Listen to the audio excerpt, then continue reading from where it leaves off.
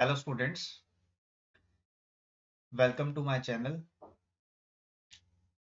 मैंने previous video में part 1 share किया था आपके साथ, जिसमें मैंने आपको बताया था नॉन कोऑपरेशन और सिविल डिसोबीडियंस मूवमेंट के बारे में। ठीक है, तो हमने प्रीवियस वीडियो में क्या क्या पढ़ाई की थी। हमने देखा था कि महात्मा गांधी जी साउथ अफ्रीका से कहाँ पर आए, इंडिया में। सबसे पहले उन्होंने नॉन कोऑपरेशन मूवमेंट स्टार्ट किया 1920 में। उसके बाद उन्होंने सिविल डिसोबीडियंस मूवमेंट शुरू किया 1930 में, यानी कि आफ्टर 10 इयर्स क्या स्टार्ट किया उन्होंने, civil disobedience movement. Non cooperation movement क्या है? नॉन कोऑपरेशन एक ऐसी मूवमेंट है जिसमें कि आपके जो स्कूल के स्टूडेंट्स हैं, लॉयर्स हैं, टीचर्स हैं और वेरियस अदर प्रोफेशन से रिलेटेड जो पर्सन हैं वो क्या कर रहे हैं, कोऑपरेट नहीं कर रहे हैं। किसके साथ? ब्रिटिशर्स के साथ। और कोऑपरेट वो कैसे नहीं कर रहे हैं? जैसे कि स्कूल के जो आपके टीचर्स हैं वो स्कूल जाना बंद कर देंगे, आपके जो स्टूडेंट्स हैं वो भी स्कूल जाना बंद कर देंगे, लॉयर्स हैं वो अपनी प्रैक्टिस छोड़ देंगे कोर्ट या सुप्रीम कोर्ट में। ठीक है, और साथ ही साथ वो क्या करेंगे, हड़ताल करेंगे, यानी कि प्रोटेस्ट करेंगे। इसके अलावा जो आपके पास सिविल डिसोबीडियंस मूवमेंट है जो 1930s में आई थी, सिविल डिसोबीडियंस मूवमेंट जब आपके पास 1930s में आई थी तो उसका मेन मोटिव था, जो आपके पास साइमन कमीशन की एक रिपोर्ट आई थी। साइमन कमीशन की रिपोर्ट कब आई थी? 1929 में। ठीक है, 1928 में साइमन कमीशन को एक क्या दिया गया था, एक दर्जा दिया गया था कि आप देखें किसको, जो लॉज बनाए गए हैं इंडिया में। इंडिया में जो लॉज बनाए गए हैं पीपल को गवर्न करने के लिए, पीपल को रूल करने के लिए, क्या वो लॉज सही हैं या फिर नहीं हैं। तो उसके लिए साइमन कमीशन की क्या आई थी, रिपोर्ट आई थी 1929 में। और इस कमीशन को कब बैठाया गया था? 1928 में। इस कमीशन के अगेंस्ट क्या किया गया था? प्रोटेस्ट। प्रोटेस्ट क्यों किया गया था इंडियंस के द्वारा? क्योंकि इस कमीशन में कोई भी इंडियन पार्टिसिपेट नहीं कर रहा था। इसमें सारे के सारे जो पर्सन्स थे वो कौन थे? ब्रिटिशर्स थे। ठीक है, जब इन्वॉल्वमेंट इंडियंस का नहीं था इस साइमन कमीशन में, तो पीपल ने क्या किया? प्रोटेस्ट किया इसके अगेंस्ट, इस रिपोर्ट के अगेंस्ट। उसके बाद गांधी जी ने क्या लॉन्च किया? Civil disobedience movement. यानी कि आप लोग क्या करें, अब जो लॉज बना रहे हैं ब्रिटिशर्स, जो एक्ट्स लेकर आ रहे हैं ब्रिटिशर्स, कौन कौन से एक्ट्स लेकर आए थे Britishers? Government of India act 1919। ठीक है, फिर उसके बाद कौन सा एक्ट आया था? Government of India act 1935। तो इन एक्ट्स के अगेंस्ट, किस एक्ट के against? Government of India act 1919 के अगेंस्ट गांधी जी ने क्या किया? सिविल डिसोबीडियंस मूवमेंट को लॉन्च किया। और इस सिविल डिसोबीडियंस मूवमेंट में गांधी जी ने क्या किया? जितने भी लॉज थे और एक्ट्स थे इनके अगेंस्ट पीपल को अवेयर करना शुरू किया कि ये जो लॉज और एक्ट्स ब्रिटिशर्स बना रहे हैं ये हमारे वेलफेयर के लिए नहीं है, ये अपना फायदा कर रहे हैं इन एक्ट्स और लॉज के थ्रू, और हमारा क्या कर रहे हैं? शोषण कर रहे हैं। ठीक है, उसके बाद गांधी जी ने क्या किया? एक सत्याग्रह लॉन्च किया। और उस सत्याग्रह का क्या नाम था? सॉल्ट सत्याग्रह। सॉल्ट सत्याग्रह गांधी जी ने शुरू किया था अपने साबरमती आश्रम से। और साबरमती साबरमती आश्रम कहाँ पर है? गुजरात में है। गुजरात के साबरमती आश्रम से गांधी जी ने स्टार्ट किया अपना डांडी मार्च, सॉल्ट सत्याग्रह। और वहां से चलते हुए वो कहां पर आ गए? साबरमती कोस्ट पर। सॉरी, इस वहां से चलते हुए वो आपा के 240 माइल्स दूर आ गए, कहां पर? कोस्टल एरिया में। और कोस्टल एरिया में उन्होंने क्या किया? सॉल्ट को कलेक्ट किया और ब्रिटिशर्स को बताया कि हमें जो है आपका सॉल्ट जो आप मैन्युफैक्चर कर रहे हैं कंपनीज के थ्रू, ये नहीं चाहिए। हमें कौन सा सॉल्ट चाहिए? जो हम खुद प्रोड्यूस करेंगे। कहाँ से? कोस्टल एरिया से। कोस्टल एरिया कौन से एरियाज होते हैं?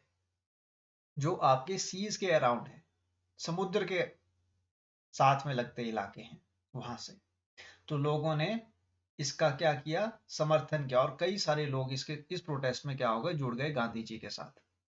और गांधी जी को इससे क्या मिल गया, एक मोटिवेशन मिल गया कि अब हम क्या है, आजादी ले सकते हैं, किससे, ब्रिटिशर्स से।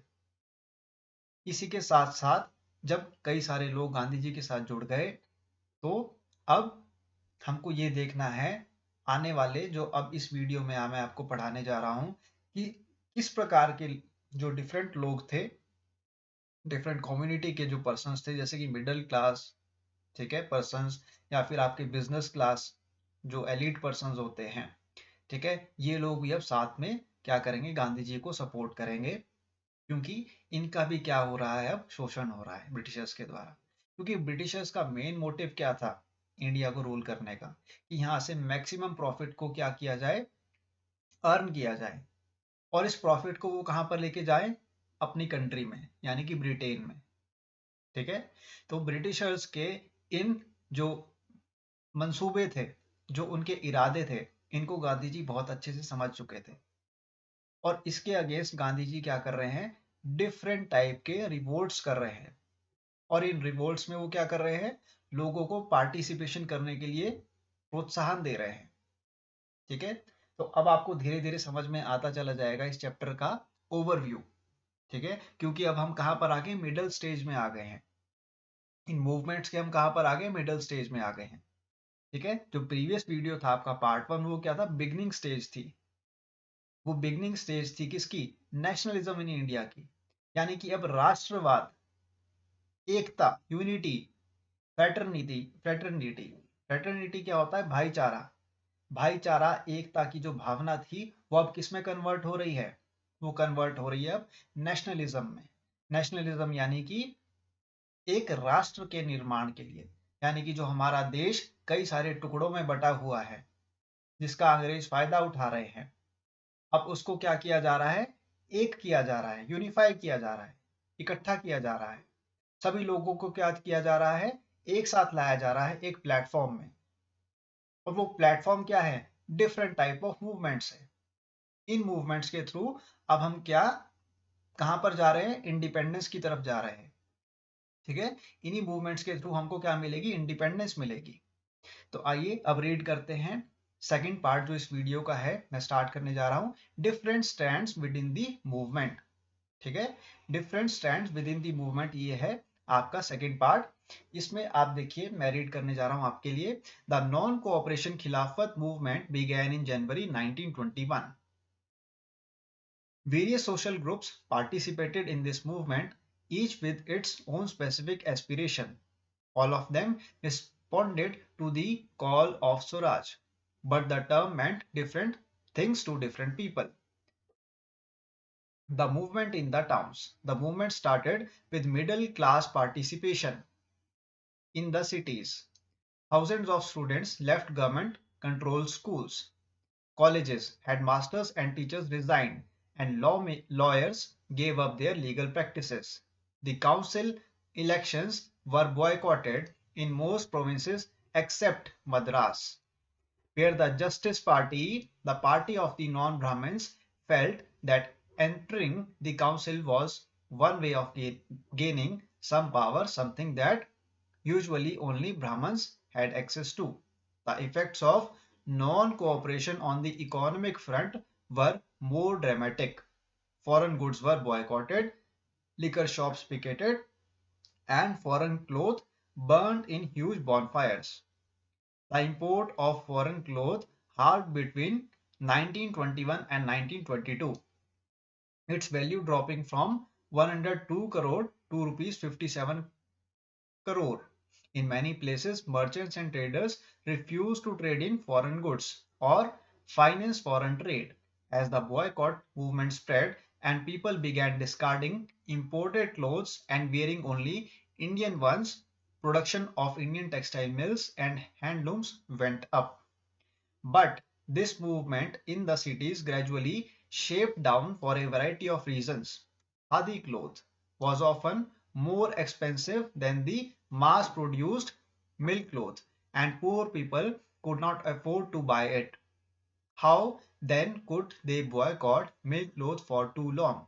Similarly, the boycott of British institutions posed a problem.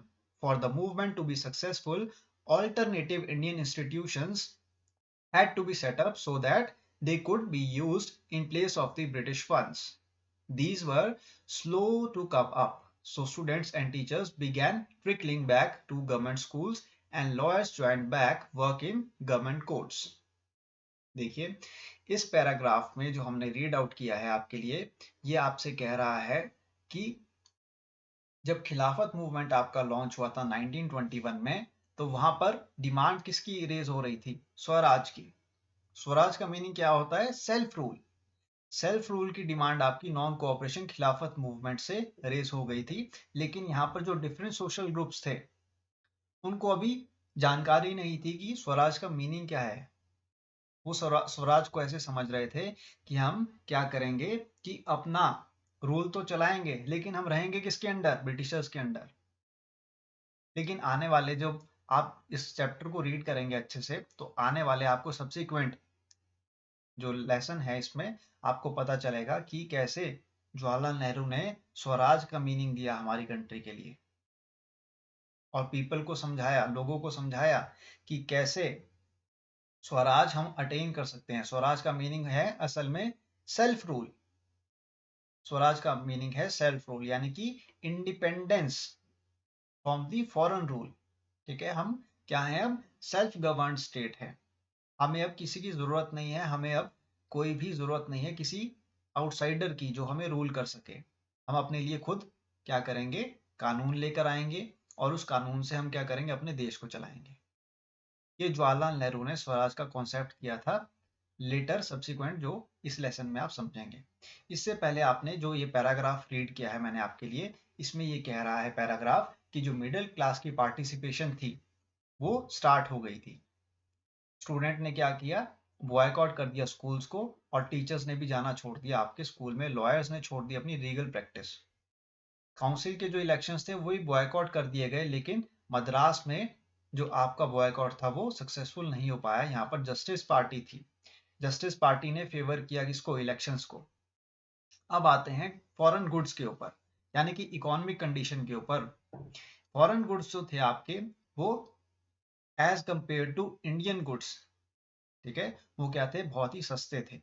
और रीजन क्या था उसका? कि जो फॉरेन में जो प्रोडक्ट आपका तैयार हो रहा है, मान लीजिए आपकी एक शर्ट तैयार हो रही है, शर्ट तैयार की जा रही है फॉरेन कंट्री में, तो वो फॉरेन कंट्री में जो आपकी शर्ट तैयार की जा रही है वो तैयार हो रही है एक फैक्ट्री में। उस फैक्ट्री में है बहुत बड़ी बड़ी मशीनें, और वो मशीनें क्या कर रही हैं? एक साथ कई सारे कपड़ों को क्या कर रही है? मैन्युफैक्चर कर रही है, यानी कि तैयार कर रही है। अब आते हैं इंडिया के पास। इंडिया के पास ऐसी मॉडर्न मशीनरी और इक्विपमेंट नहीं है। इंडिया किस पर डिपेंडेंट है? अपनी डोमेस्टिक मार्केट के ऊपर। और उस डोमेस्टिक मार्केट के अंदर क्या है? ओल्ड मशीन्स और इक्विपमेंट्स हैं। जैसे कि आपने देखा होगा गांधी जी क्या चला रहे थे? चरखा। उस चरखे से वो क्या तैयार कर रहे थे? एक धागा। और धागे से क्या तैयार हो रहा था? आपका कपड़ा। तो उसको बहुत टाइम लगता था तैयार होने के लिए। और उस धागे से तैयार हुए के कपड़े को हम क्या कहते हैं? खादी कहते हैं। खादी का कपड़ा। ये आज भी हमारे देश में खादी का कपड़ा उपयोग में है। इसको हम यूज करते हैं खादी के कपड़े को, लेकिन हम बहुत ही कम मात्रा में यूज करते हैं, क्योंकि एक तो ये बहुत ही ज्यादा महंगा है, इसको बनाने में ज्यादा समय यूज होता है, और एज कंपेयर टू जो हम कपड़े जो पहनते हैं, ठीक है, हम जो कपड़े पहनते हैं कॉटन के या फिर सिल्क के, ये कपड़े कैसे हैं? ये मशीनों से तैयार होते हैं। वो मॉडर्न मशीन्स हैं। वो 1 घंटे में कई सारे कपड़े बनकर तैयार हो जाते हैं। तो अब ब्रिटिशर्स को बॉयकॉट करने की बारी थी, तो इंडियंस ने क्या किया? जो फॉरेन गुड्स आपके मैन्युफैक्चर होकर इंडिया में आ रहे थे, ठीक है, इंपोर्ट ऑफ फॉरेन गुड्स। ठीक है, इंपोर्ट का मीनिंग क्या है? That means the foreign goods which were coming to India from the other country such as Britain. जो ब्रिटेन से कपड़ा तैयार होकर इंडिया में आ रहा था मॉडर्न मशीन्स के थ्रू, वो क्या कर दिया? इंडियंस ने बॉयकॉट करना शुरू कर दिया। उसको क्या कर दिया, जलाना शुरू कर दिया लोगों ने। और जो शराब की दुकानें थी, लिकर शॉप्स थी, उनको क्या कर दिया, बंद करना शुरू कर दिया। यहाँ पर वुमेन का बहुत ज्यादा पार्टिसिपेशन था इस लिकर शॉप्स को बंद करने के लिए। अब इससे क्या हुआ, इकोनॉमिक डाउनफॉल आ गया। और वो कैसे, जब आप फॉरेन गुड्स को यूज ही नहीं करोगे, आप ब्रिटिशर्स के बनाए हुए कपड़ों को यूज ही नहीं करोगे, तो क्या होगा, रेवेन्यू डिक्लाइन हो जाएगा। किसका, ब्रिटिशर्स का। ब्रिटिशर्स को लॉस होने लगा पैसों का। और वो कितना लॉस हो रहा था, 102 करोड़ से उनका जो है वो डाउनफॉल आ गया फॉरेन गुड्स में, कितना, 57 करोड़ रुपीस का। यानी कि अब उनको लॉस अकर हो रहा है, भारी मात्रा में नुकसान हो रहा है। और इस नुकसान को कौन कर रहा है, जो इंडियंस है वो कर रहे हैं। वो यूज ही नहीं कर रहे हैं फॉरेन गुड्स को, वो जला दे रहे हैं। और जो आपकी मर्चेंट्स और ट्रेडर्स हैं, उन्होंने क्या कर दिया, मना कर दिया ब्रिटिशर्स को कि हम आपका कपड़ा जो है, आपका जो बनाया हुआ सामान है, उसको इंडियन मार्केट में सेल आउट नहीं करेंगे, क्योंकि कोई खरीद ही नहीं रहा है, तो हम बेचे भी कैसे इस सामान को। तो आपके जो ट्रेडर्स थे, शॉपकीपर्स थे, उन्होंने क्या कर दिया, मना कर दिया, किसको, ब्रिटिशर्स को, कि आपके जो तैयार किया हुआ सामान है उसको हम नहीं खरीद सकते। क्यों, क्योंकि मार्केट में इसकी डिमांड ही नहीं है, कोई खरीद ही नहीं रहा है हमसे आपका सामान। तो इसके कारण क्या हो गया, लॉस हो गया, किसको, ब्रिटिशर्स को। और इस लॉस की भरपाई करने के लिए अब आते हैं खादी के पास। खादी का कपड़ा आपको पता है बहुत ही महंगा है, क्योंकि इसको बनाने की जो प्रक्रिया है, इसको बनाने के लिए जो हम मशीन्स यूज कर रहे हैं वो कैसी है, पुरानी है, ट्रेडिशनल मशीन्स है, वो ओल्ड मशीन्स हैं। उसको, खादी के कपड़े को तैयार करने के लिए बहुत ज़्यादा समय लगता है। और आपको पता है इंडिया की पॉपुलेशन क्या है, काफ़ी ज़्यादा है। अब इस पॉपुलेशन की नीड्स को फुलफिल करने के लिए क्या किया गया, खादी के कपड़े को तैयार करने की कोशिश की गई, लेकिन वो डिमांड्स फुलफिल नहीं हो पाई इंडियंस की। और धीरे धीरे जो हमारे पास मिडिल क्लास, जो हमारे स्टूडेंट्स थे, हमारे टीचर्स थे, हमारे लॉयर्स थे, उनको समझ में आ गया कि इस मूवमेंट में अब कोई दम नहीं है, हमको दोबारा से क्या करना पड़ेगा, ज्वाइन करना पड़ेगा अपने प्रोफेशन को। क्योंकि हम जो है इस तरीके से इंडिपेंडेंस को या फिर आज़ादी को नहीं अटेन कर सकते। हम अंग्रेजों के साथ नहीं लड़ सकते अभी, क्योंकि हमारे पास क्या नहीं है, हमारे पास अभी वो रिसोर्सेज नहीं है। उन रिसोर्सेज को हमको क्या करना पड़ेगा, पहले एक्वायर करना पड़ेगा, ऑब्टेन करना पड़ेगा, ताकि हम ब्रिटिशर्स के साथ क्या कर सके, लड़ सके। ठीक है, ये था इस पैराग्राफ का मीनिंग। अब आते हैं नेक्स्ट पैराग्राफ के पास। Rebellion in the countryside. From cities the non cooperation movement spread to the countryside. It drew into its fold the struggles of peasants and tribals. ठीक है, peasants होते हैं आपके फार्मर्स, और tribals कौन है, ट्राइबल पीपल। ठीक है, आदिवासी जिसको हम कहते हैं, which were developing in different parts of India in the years after the war.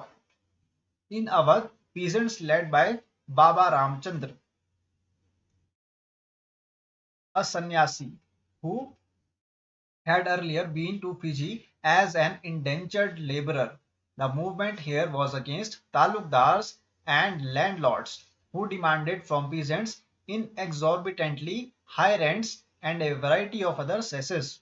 Peasants had to do begar and work at landlords' farms without any payment. As tenants, they had no security of tenure, being regularly evicted so that they could acquire no right over the leased land. The peasant movement demanded reduction of revenue, abolition of begar, and social boycott of oppressive landlords. In many places, Nai Dobhi Bans were organized by panchayats to deprive landlords of the services of even barbers and washermen. In June 1920, Jawaharlal Nehru began going around the villages in Awadh, talking to the villagers and trying to understand their grievances. By October, the Audh Kisan Sabha was headed by Jawaharlal Nehru, Baba Ramchandra, and few others. Within a month, over 300 branches had been set up in villages around the region. So when the non-cooperation movement began the following year, the effort of the Congress was to integrate the Awadh peasant struggle into the wider struggle. The peasant movement, however, developed in forms that the Congress leadership was unhappy with. As the movement spread in 1921, the houses of talukdars and merchants were attacked. Bazaars were looted and grain hoards were taken over. In many places, local leaders told peasants that Gandhiji had declared that no taxes were to be paid and land was to be redistributed among the poor. The name of Mahatma was being invoked to sanction all action and aspirations. Tribal peasants interrupted the message of Mahatma Gandhi and idea of Swaraj in yet another way. In the Gudam hills of Andhra Pradesh, for instance, a militant guerrilla movement spread in the early 1920s. Not a form of struggle then the Congress could approve. Here, as in other forest regions, the colonial government had closed large forest areas, preventing people from entering the forest to graze their cattle, right? Or collect fuel wood and fruits. This enraged the hill people not only with their livelihoods affected, but they felt that their traditional rights were being denied. When the government began forcing them to contribute begar for building road, the hill people revolted. The person who came to lead them was an interesting figure. Alluri Sitaram Raju claimed that he had a variety of special powers. He could make correct astrological predictions and head people, and he could survive even bullet shots. तो अभी हम यहाँ तक read करेंगे, ठीक है। मैंने आपको ये जो पैसेज रीड करके बताया है अभी, ठीक है, यहाँ से देखिए आप, ये आपका स्टार्ट हो रहा है, यहाँ से देखिए, rebellion in the country side. अब क्या हो रहा है स्टूडेंट्स कि नॉन कोऑपरेशन मूवमेंट तो आपका स्प्रेड हो गया है, ठीक है, डिफरेंट कॉर्नर्स में। आपके इंडिया के जो डिफरेंट कॉर्नर्स है वहां पर क्या हो गया, नॉन कोऑपरेशन मूवमेंट स्प्रेड हो गया है। अब जो है आपके पीजेंट्स यानी कि फार्मर्स और ट्राइबल्स, जिनका सबसे ज्यादा शोषण हो रहा है, ठीक है।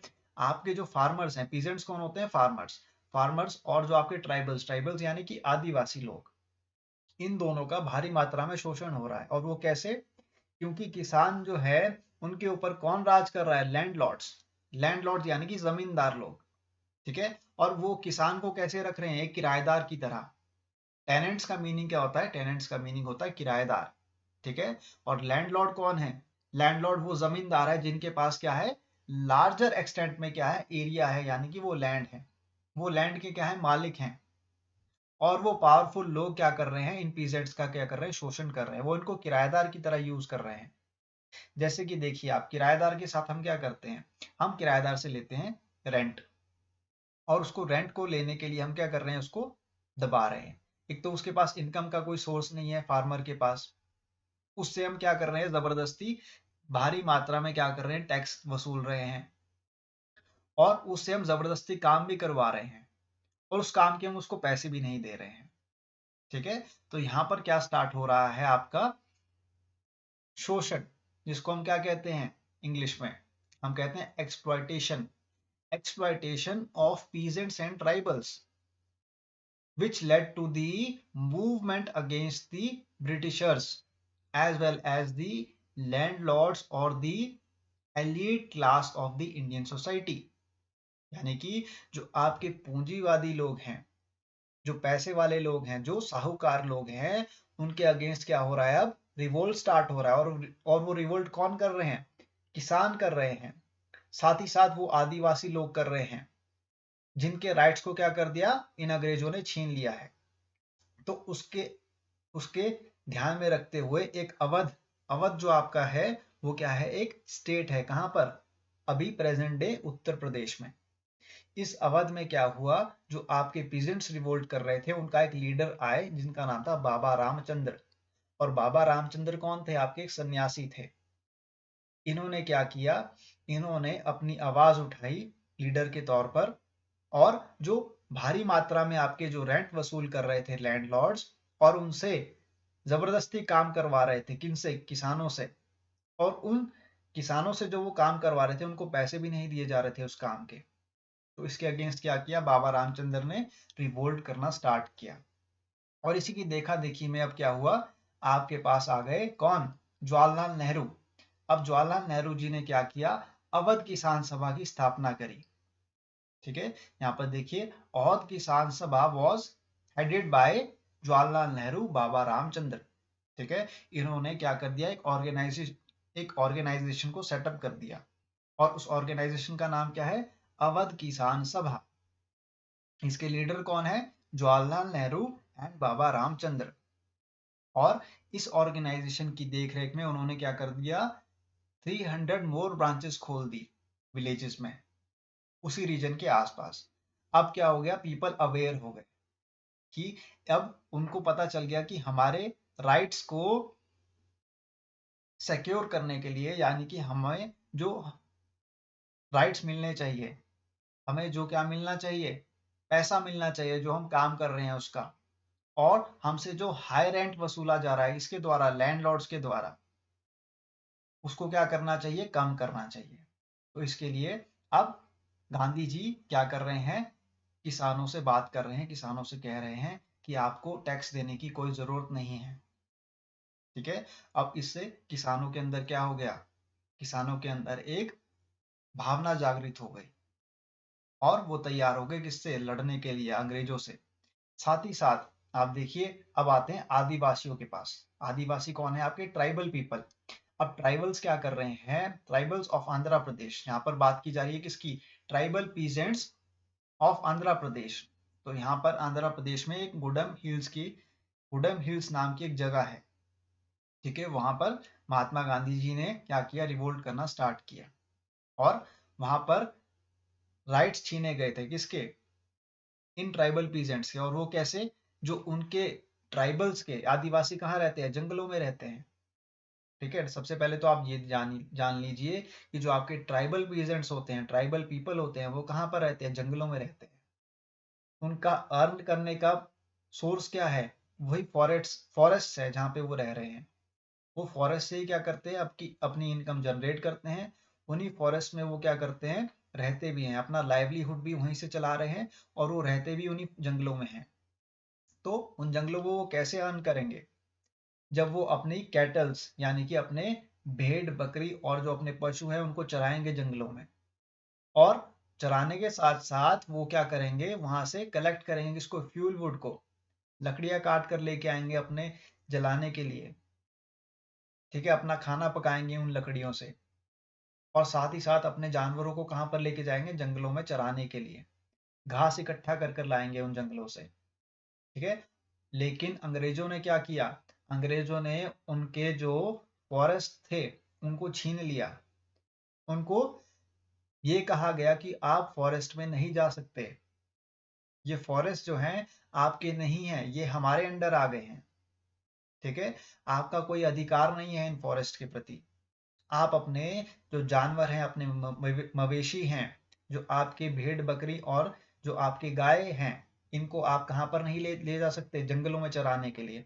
आप इन जंगलों से लकड़ियां इकट्ठी नहीं कर सकते खाना पकाने के लिए। आप इन जंगलों में जो फल फ्रूट उग रहे हैं, जो आप सब्जियां उगा रहे हैं इन जंगलों में, ये आपके अपने नहीं है, ये किसके हैं, हमारे हैं। क्यों, क्योंकि ये जंगल किसके हैं, ये ब्रिटिश गवर्नमेंट के हैं। ये उन लोगों के नहीं है जो यहाँ पर रह रहे हैं कई सालों से। तो इसके कारण क्या हुआ, ट्राइबल पीपल नाराज हो गए, वो आदिवासी नाराज हो गए। अब उन आदिवासियों को समझ में आने लग पड़ा कि ये जो हमारे ब्रिटिशर्स हैं, ये हमारे अगेंस्ट है, ये हमारे खिलाफ हैं। और इनको क्या करना चाहिए, इस जो हमारी जंगल है, हमारे जो टेरिटरी है जहां पर हम रहते हैं, यहाँ से निकालना होगा। साथ ही साथ यहाँ पर एक मेन इंपॉर्टेंट फिगर निकल के आए जिनका नाम था अलूरी सीताराम राजू। अलूरी सीताराम राजू जी ने क्या किया, लोगों को उकसाया कि आप रिवोल्ट करें। और कैसे, उन्होंने ये कहा कि मेरे पास क्या है, स्पेशल पावर्स हैं। मैं क्या हूं, एक स्पिरिचुअल, एक हाई एनलाइटेंड पर्सन हूं। मेरे पास कई दिव्य शक्तियां हैं, और इन दिव्य शक्तियों से मैं क्या कर सकता हूं, अंग्रेजों की प्रताड़ना को झेल सकता हूं, ठीक है, और मैं लड़ सकता हूं इन अंग्रेजों के साथ। और इससे क्या हो गया, लोगों के अंदर एक भावना जागृत हो गई ब्रिटिशर्स के अगेंस्ट लड़ाई करने के लिए। अब आइए नेक्स्ट पैराग्राफ को रीड करते हैं यहां से आगे। Captivated by Raju, the rebels proclaimed that he was incarnation of God. Raju talked of the greatness of Mahatma Gandhi, said he was inspired by the non-cooperation movement, and persuaded people to wear khadi and give up drinking. But at the same time, he asserted that India could be liberated only by the use of force, not non-violence. The Gudam rebels attacked police stations, attempted to kill British officials, and carried on guerrilla warfare for achieving Swaraj. Raju was captured and executed in 1924 over time and became a folk hero. जैसा कि मैंने आपको बताया था, अल्लूरी सीताराम राजू जो कि आंध्र प्रदेश के गुडैम hills के क्या हैं, एक लीडर हैं। इनसे इंस्पायर हो गए कौन, ट्राइबल पीपल, और वो इनको क्या मानने लग गए, भगवान। यानी कि ये क्या है, भगवान के एक अवतार हैं जो हमें ब्रिटिशर से आजाद करने के लिए आए हैं धरती पर। जो हमें प्रताड़ित किया जा रहा है ब्रिटिशर्स के द्वारा, उस प्रताड़ना से बचने के लिए अब कौन आ गए हैं, अल्लूरी सीताराम राजू आ गए हैं। और ये जो आपके अल्लूरी सीताराम राजू जी हैं, ये आपके महात्मा गांधी से इंस्पायर्ड हैं। इन्होंने चर्चे सुन रखे हैं महात्मा गांधी जी के नॉन कोऑपरेशन मूवमेंट के। इनको पता है कि महात्मा गांधी जी खादी को क्या कर रहे हैं, प्रमोट कर रहे हैं। वो चाहते हैं गांधी जी कि हम खादी के वस्त्र पहने, हम खादी के कपड़े पहने, हम भूल जाएं किसको, फॉरेन गुड्स को, जो आपके विदेशी कपड़े हैं उनको हम क्या करें, भूल जाएं। और साथ ही साथ हम ड्रिंकिंग को भी छोड़ दें, यानी कि हम लिकर को कंज्यूम करना क्या कर दें, बंद कर दें। क्योंकि लिकर जब हम कंज्यूम कर रहे हैं सोसाइटी में, तो सोसाइटी कैसी बन रही है हमारी, करप्ट हो रही है। सोसाइटी में कई तरीके के क्या हो रहे हैं, इलीगल एक्टिविटीज हो रही हैं, वायलेंस क्रिएट हो रहा है सोसाइटी में ड्रिंकिंग के कारण। ठीक है, हम अवेयर नहीं हो पा रहे हैं ब्रिटिशर्स के अगेंस्ट। तो इन्होंने क्या किया, गांधी जी के आइडियाज को क्या करना शुरू कर दिया, प्रोपोगेट करना शुरू कर दिया। कहां पर, इन ट्राइबल पीपल के बीच में। और साथ ही साथ अब ब्रिटिशर्स को पता चल गया कि इनके जो मेन लीडर हैं, कि इनके ट्राइबल पीपल के, वो कौन है, राजू जी हैं। अब लोग भड़क गए, उन्होंने क्या कर दिया, पुलिस स्टेशन में अटैक कर दिया, कई ब्रिटिश ऑफिशियल्स को क्या कर दिया, मार दिया जान से। साथ ही साथ गुरीला युद्ध करना शुरू कर दिया। गुरीला युद्ध आप जानते हैं क्या होता है, गुरीला युद्ध एक ऐसा युद्ध होता है जिसमें कि आप क्या करते हैं, अपने एनिमी को कैसे मारते हैं, धोखे से, छुप कर मारते हैं। युद्ध कैसे लड़ा जाता है कि दो सेना होती है आमने सामने, और सामने से हम अटैक करते हैं किसी के ऊपर। लेकिन गुरीला वॉरफेयर टैक्टिक ऐसी नहीं होती है। गुरीला वॉरफेयर टैक्टिक ऐसी टैक्टिक होती है जिनको जंगलों में लड़ा जाता है, छुप कर वार किया जाता है अपने दुश्मन पर। ठीक है, तो गुरीला वॉरफेयर की जो ये टैक्टिक्स हैं, ये किसके पास हैं, ट्राइबल पीपल के पास है। आदिवासी लोग इस टैक्टिक में क्या है, महारत हासिल की है उन्होंने। उनको पता है कि जंगलों में कैसे छुपकर शिकार किया जाता है, क्योंकि ये शिकार करने में क्या थे, माहिर थे। ठीक है, गुरीला वॉरफेयर कौन लड़ सकता है, जो शिकारी लोग हैं। जंगलों में जो शिकार करते हैं लोग, वही गुरीला वॉरफेयर को लड़ सकते हैं। तो ट्राइबल पीपल जो आपके ऑलरेडी जंगलों में रह रहे हैं, उनको शिकार करना आता है। वो जानते हैं कि कैसे जानवर का शिकार किया जाता है। तो जैसे वो जानवरों का शिकार कर रहे हैं, वैसे ही वो किसका शिकार करने पर आ गए, अब ब्रिटिशर्स का। और वो शिकार क्यों कर रहे हैं ब्रिटिशर्स का, क्योंकि ब्रिटिशर्स ने उनके राइट्स को छीन लिया है, उनके जंगलों को उनसे वापस ले लिया है। तो अब वो ब्रिटिशर्स के अगेंस्ट क्या कर रहे हैं, गुरीला वॉरफेयर कर रहे हैं। ठीक है, तो राजू जी को कैप्चर कर लिया गया ब्रिटिशर्स के द्वारा, क्योंकि ब्रिटिशर्स को समझ में आ गया कि जो राजू हैं, अल्लूरी सीताराम राजू जी हैं, वो क्या है, मेन लीडर है किसके, ट्राइबल पीपल के। इनको उन्होंने कैप्चर कर लिया और साथ ही साथ इनको क्या कर दिया, एग्जीक्यूट कर दिया। एग्जीक्यूट का मीनिंग है उनको हैंग टिल डेथ कर दिया, यानी कि उनको फांसी पर लटका दिया। और इसके साथ ही साथ अब राजू जी क्या बन गए, हीरो बन गए, कहाँ के, आंध्र प्रदेश के ट्राइबल पीपल के। ठीक है, आइए अब पढ़ते हैं नेक्स्ट पैराग्राफ को। स्वराज इन दी plantations. Workers too had their own understanding of Mahatma Gandhi and the notion of Swaraj. For plantation workers in Assam, freedom meant the right to move freely in and out of the confined space in which they were enclosed, and it meant retaining a link with the village from which they had come. Under the Inland Emigration Act of 1859, plantation workers were not permitted to leave the tea gardens without permission, and in fact they were rarely given such permission. When they heard of the non-cooperation movement, thousands of workers defied the authorities, left the plantations and headed home. They believed that Gandhi Raj was coming and everyone would be given land in their own villages. They, however, never reached their destination. Stranded on the way by the railway and steamer strike, they were caught by the police and brutally beaten up.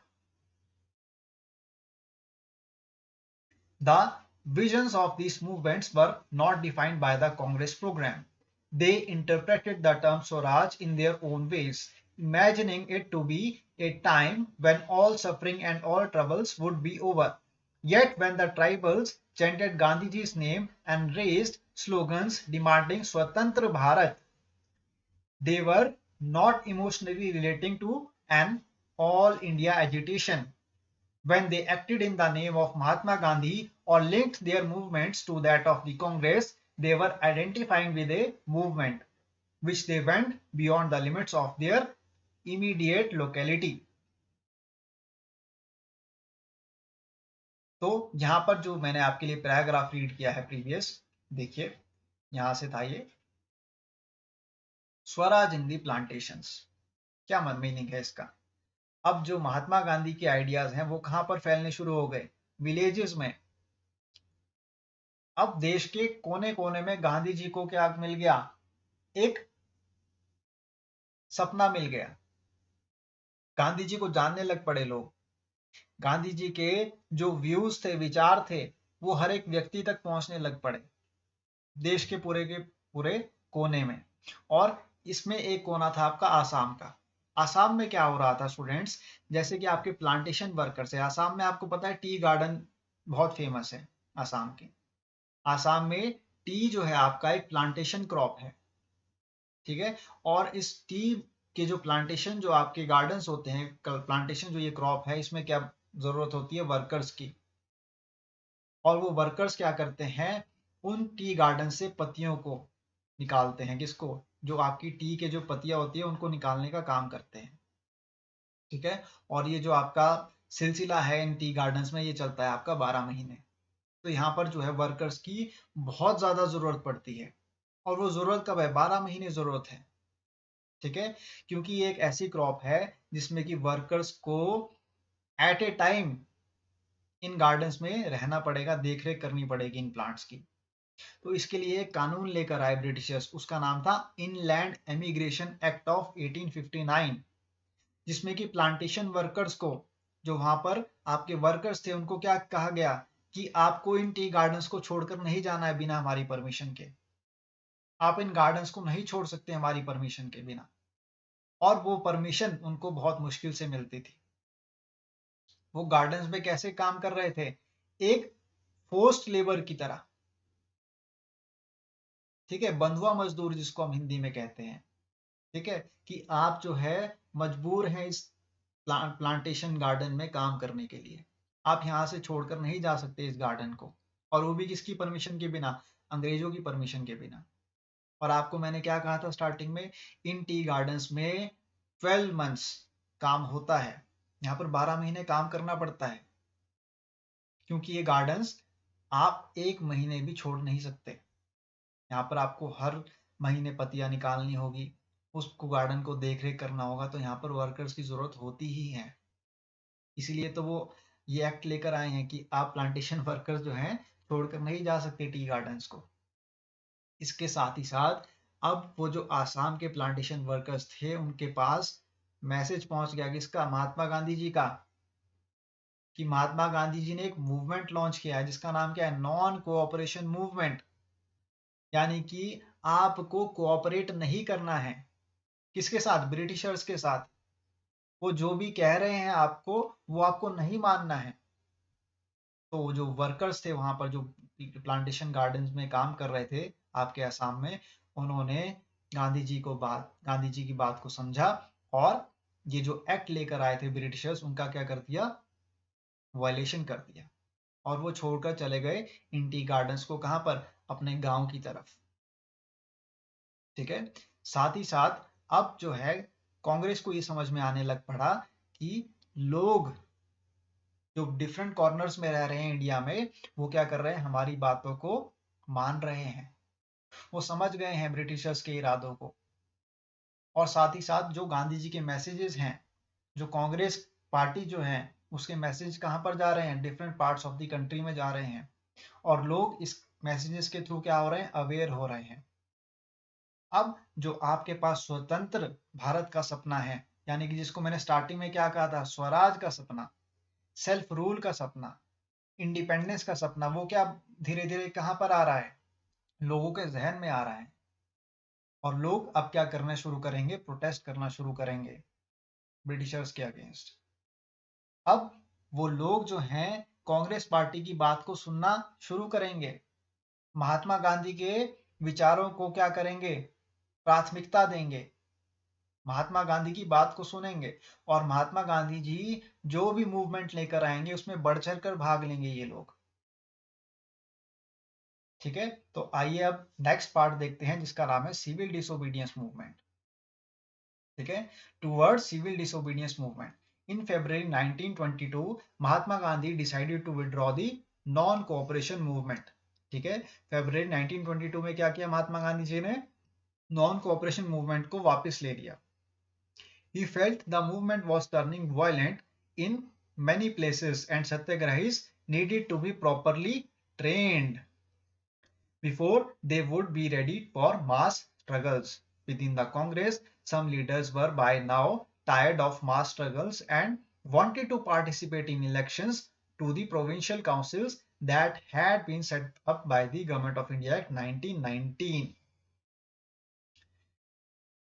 They felt that it was important to oppose British policies within the councils, argue for reform, and also demonstrate that these policies were not truly democratic. C.R. Das and Moti Lal Nehru formed the Swaraj Party within the Congress to argue for a return to council politics.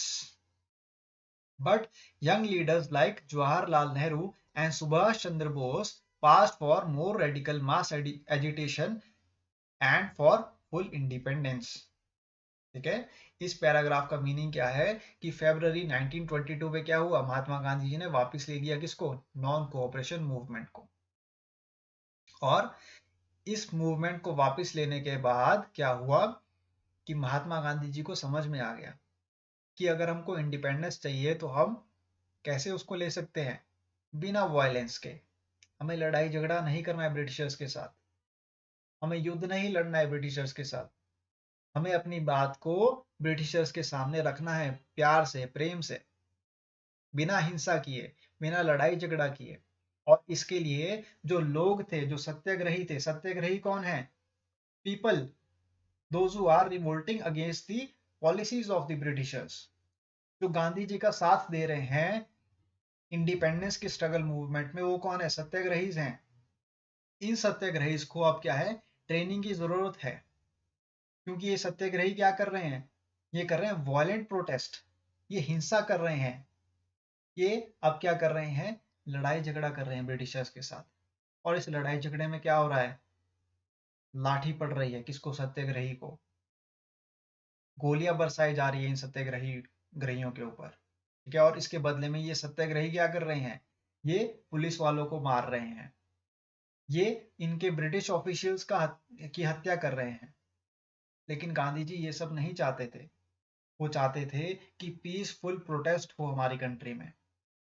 तो इसके लिए गांधी जी ने क्या सोचा कि सबसे पहले training देने की जरूरत है किसको, इन सत्याग्रही को, इन पीपल को जो मेरी साथ मूवमेंट में पार्टिसिपेट कर रहे हैं, इनको क्या जरूरत है, इनको जरूरत है ट्रेनिंग की। और साथ ही साथ अब क्या है, इलेक्शंस आने वाले थे प्रोविंसेस में। प्रोविंसेस क्या है आपकी, प्रोविंसेस आपकी वो टेरिटरीज हैं। प्रोविंशियल इलेक्शंस का मीनिंग है, प्रोविंशियल मीनिंग है आपका, प्रोविंसेस वो एक टेरिटरी है। जैसे कि आपका एक स्टेट, मान लीजिए आपका एक स्टेट है उत्तर प्रदेश, तो उत्तर प्रदेश क्या है इस समय, प्रोविंस है। ठीक है, प्रोविंसेस आपके वो स्टेट्स हैं जिनको गवर्न कौन कर रहा है, ब्रिटिशर्स गवर्न कर रहे हैं। ठीक है, दो टाइप के स्टेट्स थे देखिए आपके ब्रिटिशर्स के समय में, एक थे प्रोविंसेस, मैं आपको ये बता देता हूँ थोड़ा सा अंडरस्टैंडिंग के लिए। एक थे आपके पास प्रोविंसेस। प्रोविंसेस कौन थे, कौन से स्टेट्स थे जिनको ब्रिटिशर्स रूल कर रहे थे। ठीक है, प्रोविंसेस आपके वो स्टेट्स थे जिनको ब्रिटिशर्स रूल कर रहे थे। और एक थे आपके प्रिंसली स्टेट्स। प्रिंसली स्टेट्स वो थे आपके जहां पर राजा, जो आपके राजा महाराजा थे वो रूल कर रहे थे। तो टू टाइप्स के स्टेट्स थे आपके किस समय, ब्रिटिशर्स के समय में। एक थे प्रोविंसेस, एक थे प्रिंसली स्टेट्स। तो प्रोविंसेस आपके वो स्टेट्स थे जहां पर ब्रिटिशर्स का रूल था, जहां पर ब्रिटिशर्स के क्या चल रहे थे, रूल्स एंड रेगुलेशंस चल रहे थे डायरेक्टली। ठीक है, यहाँ पर राजा का कोई रोल नहीं था। तो इन प्रोविंशियल काउंसिल्स में क्या होते थे, इलेक्शन। और ये इलेक्शन का कॉन्सेप्ट कहाँ से आया, government of India act of 1919 के थ्रू आया। जब इन प्रोविंसेस में इलेक्शंस होने लगे तो इन प्रोविंसेस में इलेक्शंस के सपोर्ट में कौन आए, सी आर दास और मोतीलाल नेहरू। सी आर दास कौन है, चित्तरंजन दास। मोतीलाल नेहरू कौन है, ये पिताजी है किसके, जवाहरलाल नेहरू के। इन दोनों ने क्या किया, स्वराज पार्टी की फाउंडेशन की। और इस स्वराज पार्टी का मेन जो मोटिव था वो था कि हमको काउंसिल के पॉलिटिक्स के इलेक्शन में क्या करना है, पार्टिसिपेट करना है। ठीक है, the main motto of the Swaraj Party formed by C.R. Das and Motilal Nehru was to participate in the elections, right? लेकिन जो दूसरी तरफ आपके पास जवाहरलाल नेहरू और सुभाष चंद्र बोस थे, इनका था ये मत कि हम पार्टिसिपेट नहीं करेंगे किसमें, इलेक्शंस में। हम क्या करेंगे, मास एजिटेशन करेंगे। मास एजिटेशन का मीनिंग है हम करेंगे पीपल रिवोल्ट। हम लोगों को इकट्ठा करके क्या करेंगे, रिवोल्ट करेंगे, लेकिन हम इलेक्शंस में पार्टिसिपेट नहीं करेंगे। ये था फर्स्ट पैराग्राफ का मीनिंग। आइए अब सेकंड पैराग्राफ को रीड करते हैं। In such a situation of internal debate and dissension, two factors again shaped Indian politics towards the late 1920s. The first was the effect of worldwide economic depression. Agriculture, agricultural prices began to fall from 1926 and collapsed after 1930. As the demand for agricultural goods fell and exports declined, peasants found it difficult to sell their harvests and pay their revenue. By 1930, the countryside was in turmoil. Against this background, the new Tory government in Britain constituted a statutory commission under Sir John Simon, set up in response to a nationalist movement. The commission was to look into the functioning of the constitutional system in India and suggest changes. The problem was that the commission did not have a single Indian member. They were all British. When the Simon Commission arrived in India in 1928, they were greeted with the slogan, "Go back, Simon." All parties including the Congress and the Muslim League, participated in, in the demonstrations. In an effort to win them over, the Viceroy, Lord Irwin, announced in October 1929 a vague offer of dominion status for India in an unspecified future and a round table conference to discuss the future constitution. This did not satisfy the Congress leaders. The radicals within the Congress, led by Jawaharlal Nehru and Subhash Chandra Bose, became more assertive. The liberals and moderates who were proposing a constitutional system within the framework of British dominion gradually lost their influence. In December 1929, under the presidency of Jawaharlal Nehru,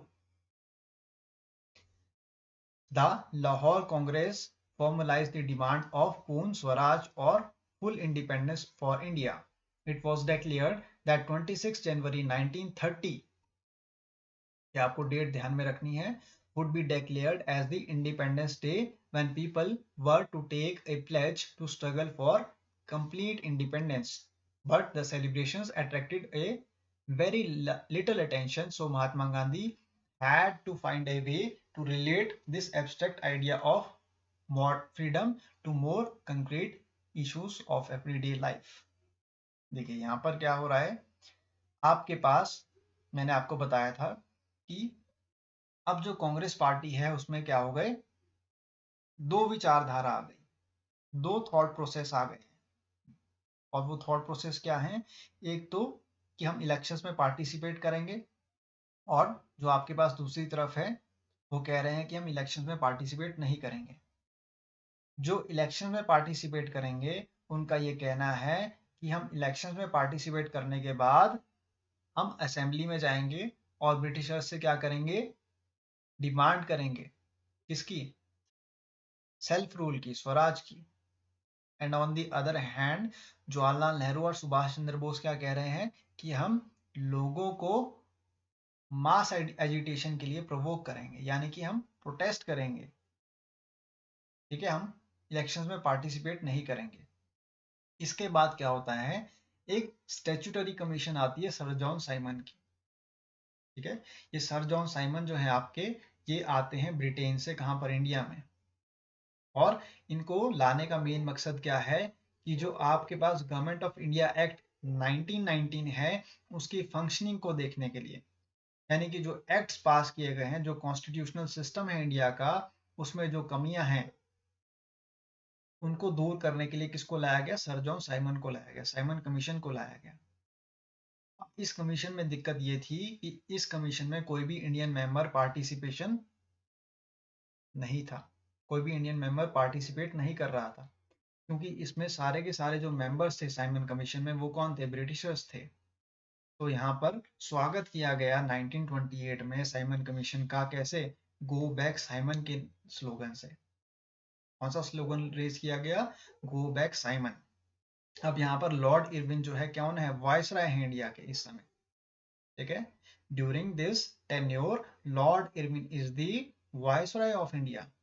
viceroy कौन होता है, viceroy होता है आपका, जैसे कि president है हमारे पास अभी, who is viceroy, viceroy is similar to the president of India, ठीक है। जैसे आज हमारे पास कौन है, प्रेसिडेंट है द्रौपदी मुर्मू, ठीक है, Droupadi Murmu is the present day president of India. Similarly viceroy was the president of India during the British rule, ठीक है। ब्रिटिशर्स के समय में जो वायसराय था वो कौन था, आपका प्रेसिडेंट था इंडिया का। तो उस समय वायसराय कौन थे, लॉर्ड इरविन थे। तो लॉर्ड इरविन ने हमें प्रपोजल दिया किसका, डोमिनियन स्टेटस का, और हमको कहा कि राउंड टेबल कॉन्फ्रेंस में हम डिस्कस करेंगे किसके बारे में, कॉन्स्टिट्यूशन के बारे में। यहाँ पर आपको ध्यान देना है स्टूडेंट्स, डोमिनियन स्टेटस एक ऐसा स्टेटस है जो कि कंट्री को दिया जाता है, किस वे में, कि ये जो कंट्री है वो किसके अंडर में रहेगी, वो रहेगी ब्रिटिशर्स के अंडर में। यानी कि उनको इंडिपेंडेंस तो मिल जाएगी कंट्री वालों को, लेकिन जो एक्ट्स और रूल्स हैं, लॉज एंड रेगुलेशंस हैं, वो कौन देगा, वो देगा आपको ब्रिटिशर्स, वो देगा आपको ब्रिटिश कंट्री। जिसके पक्ष में आपके जवाहरलाल नेहरू और वीर सदर कांग्रेस के लीडर्स थे, वो पक्ष में नहीं थे। वो चाहते थे क्या, Swaraj, self independence, self rule, वो खुद अपना कॉन्स्टिट्यूशन, अपने लॉज लेकर आना चाहते थे हमारी कंट्री के लिए, ठीक है। तो जो आपके पास लॉर्ड इरविन है जिन्होंने डोमिनियन स्टेटस की डिमांड रखी थी इंडिया के सामने, उसको क्या कर दिया, रिजेक्ट कर दिया गया कांग्रेस लीडर्स के द्वारा। अब आते हैं राउंड टेबल कॉन्फ्रेंस के ऊपर। राउंड टेबल कॉन्फ्रेंस में किसी भी कांग्रेस के लीडर ने पार्टिसिपेट नहीं किया। जब आपके पास फर्स्ट राउंड टेबल कॉन्फ्रेंस हुई तो इसमें किसी ने भी पार्टिसिपेट नहीं किया, ठीक है। फर्स्ट राउंड टेबल कॉन्फ्रेंस में किसी भी कांग्रेस के लीडर ने क्या किया, पार्टिसिपेट नहीं किया। और कारण था ये डोमिनियन स्टेटस का टैग, ठीक है। क्योंकि सभी कांग्रेस के लीडर्स क्या चाहते थे कि हम सेल्फ रूल चाहते हैं, सेल्फ इंडिपेंडेंस चाहते हैं अपनी कंट्री के लिए, हम खुद बनाना चाहते हैं यहाँ पर रूल्स एंड रेगुलेशंस, लॉज को और संविधान को। कॉन्स्टिट्यूशन क्या है आपका? संविधान, ठीक है, जहाँ पर आर्टिकल्स लिखे जाते हैं, आर्टिकल्स लिखे गए हैं हमारी कंट्री के। इन्हीं आर्टिकल्स के थ्रू हमारी कंट्री को क्या किया जाता है? गवर्न किया जाता है, रूल किया जाता है। ये एक तरीके के रूल्स एंड रेगुलेशंस हैं। अब आते हैं नेक्स्ट पैराग्राफ में। नेक्स्ट पैराग्राफ में आपसे ये कहा गया है कि 1929 में एक सेशन आता है लाहौर का। कांग्रेस की क्या चल रही थी? मीटिंग्स चल रही थी। ये जो मीटिंग्स थी कांग्रेस की, ये different parts of the country में क्या की जाती थी?